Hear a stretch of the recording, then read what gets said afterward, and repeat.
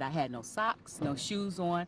I just hit it. When it was time to go, I grabbed my mom, my daughter, and I'm like, we're out of here. Those were the words of Monique Witherspoon, who lives here at the Oliver House Apartments in Shaker Heights, where early this morning a raging fire broke out on the first floor of the southeast corner of the 206-unit complex.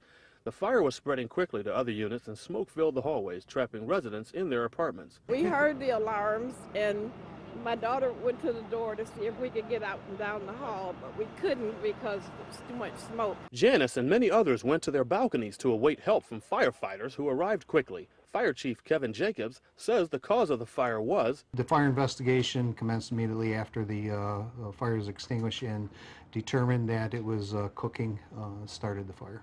Mutual aid from Beechwood, Cleveland Heights, University Heights, and South Euclid helped douse the raging fire and kept the damage to just 3 units. 2 firefighters were slightly injured and 2 residents needed minor medical care.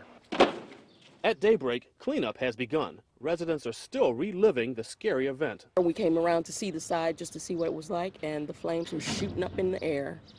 Just huge. But I started smelling smoke, and my eyes was watering. Through all of this, folks were glad everyone will be all right. And by the grace of God, people got out of here. So I'm thankful today.